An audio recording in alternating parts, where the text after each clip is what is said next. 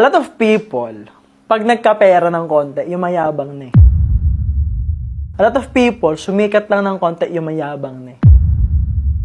A lot of people, nakapagbasa lang ng konting libro, natuto ng konti, akala nila sobrang talino na nila.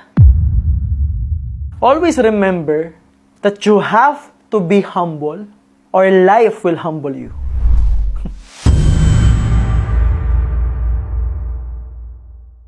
Kung hindi mo kayang ibaba yung ego mo, kung hindi mo kayang ibaba yung sobrang taas na tingin mo sa sarili mo, time will come na someone, someday, something will make you realize that you still have to be humble. Kasi ang mga sobrang arroganteng tao, pag bumagsak yan, sagad na sagad yan.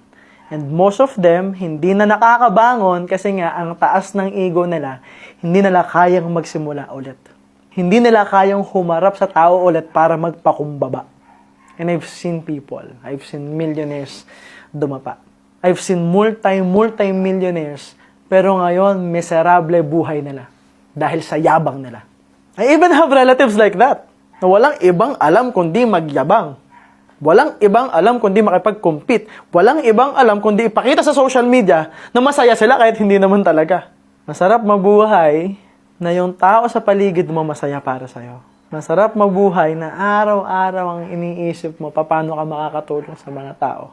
Masarap mabuhay na araw-araw hindi mo inaangat ang sarili mo at yung mga tao sa paligid mo na yung nag-aangat sa'yo. I wanna give credits to my mom.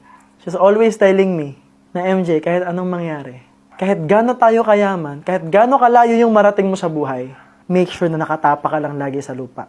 Wag na wag mong iaangat yung sarili mo. Kasi pag ginawa mo yon, yung mga tao na yung kusang mag-aangat sa'yo. Kaya guys, stay humble. Tapak lang tayo sa lupa.